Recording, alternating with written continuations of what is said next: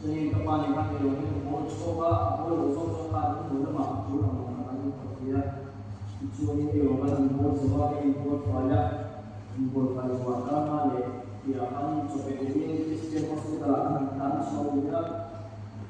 ini sistem hospital kalau boleh kami akan coba apa yang foto itu ini coba ini coba import saya pun malu ini jadi lagi kita kalau ini dia chuang chuin import của để tôi chọn vì tụ giấy đại cái mình thì đầu châu thì tôi ngay cho mọi người cho nên cần tôi sửa lại bộ là trong lòng mặc xe thì nó chín chín là như trong tụ chu anh nhìn thấy về tụ mặc chu ngay ta là chu như thế này các bạn tụ trong một chiều tụ lệ và rồi qua tôi sửa tụ đi thế mình ai cả video này cả chúng ta chọn nó đồ bạc anh làm một anh làm một fan là ai suy thầy đạo thì coi ta chọn một khác là ama là video của anh sĩ à ini sẽ thu anh suy thu lại chiều ta tê phần anh số xe nên sẽ là như thu sẽ tập anh suy cái cung lên rồi vào Euro kui tak pakat, ana siap pakat awaga kovelina at amakan shirjui kale at nadapo kovel bitang zoken Christian enduring to ibiten amapo an shir paka chanchin hangin patien busoi kan turon dia sahabat zakuale sompung kanin New York Korea George Biblia Oma Anhun lai kami company kusong di pandemi an lai kami atok berjuga. Ju an company thokna ju van wala personal ini berfaham sumle payama financial economy lama an kahini ne lama an note tinggi belongaya ahlo nesa ko chu ko chonana ato tolaya judianga ahlo isun po yang sak ni buka alul do abe baya ma abe ni ma sala judia be do be lumaya harsa ga online suni New York ko ya radio station pakat suni aku chat siete azai tiel siete ando juga dicuani radio station azai tu audition ne tuin anlo shui anlo songka songka ichuni ani chuan apure ne ma lo achadong sia ju audition chuni telnge ko ni masala an ni zen na chuan ani kai pathian da chu sakan sia apa pastor ni sia chu yang lao so sa ni chuni atakan an chung ko ni wol ko ani ke ba pai agil buka amang ko ke ma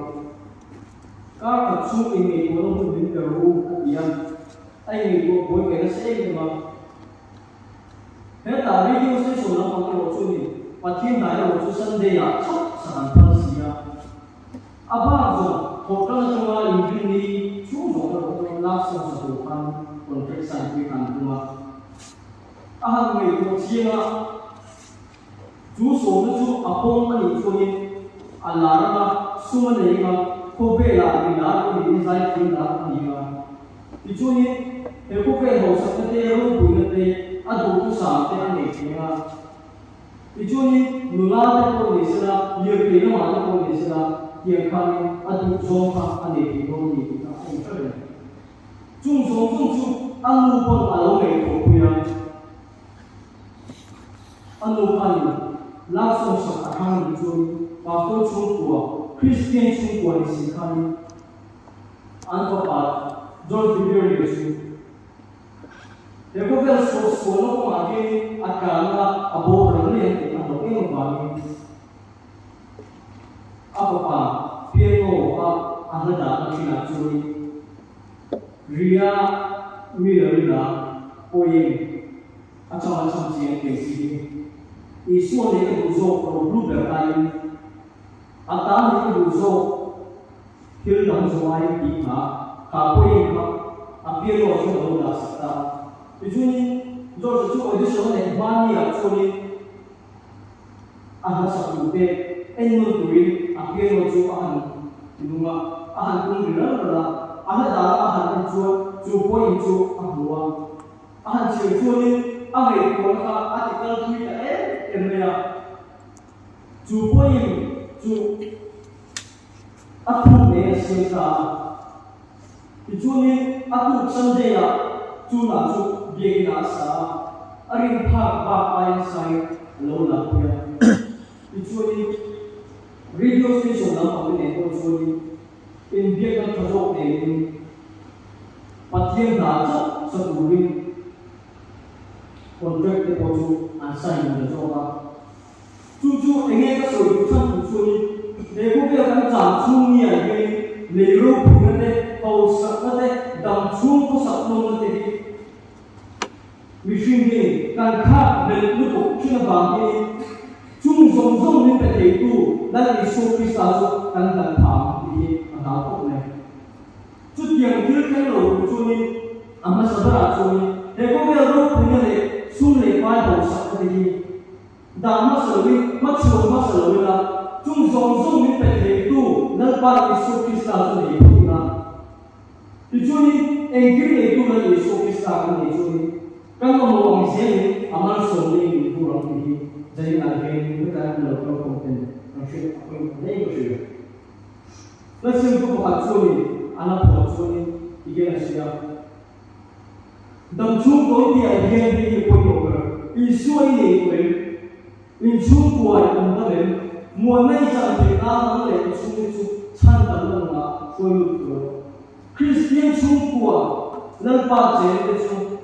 kumpul yang begini anjoi berlalu lumpuh insai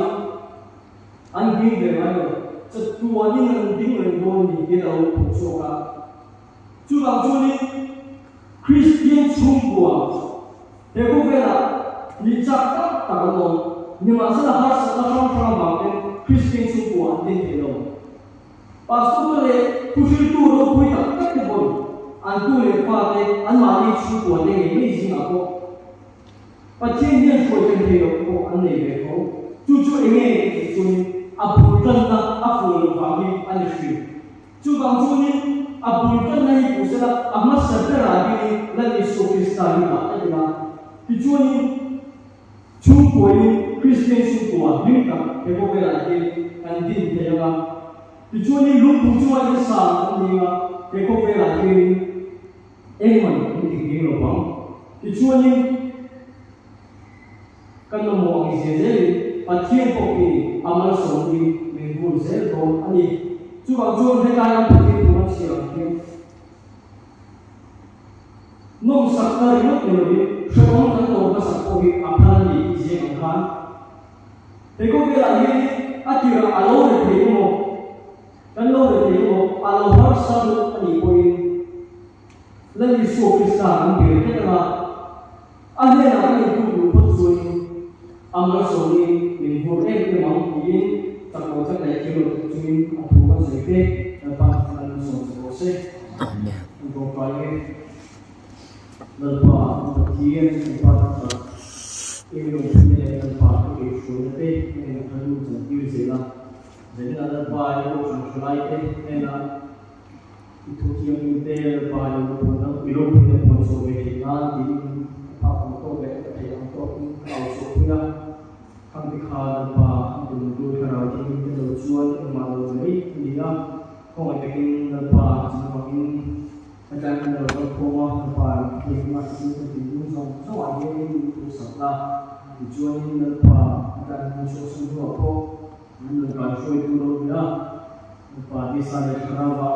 memang itu masuk dengan koma anjur koma lepas jatuh dia tujuan lepas desa yang kerawa karena koma ini itu koma yang lepas itu yang koma apa sudah dengan musuh sampai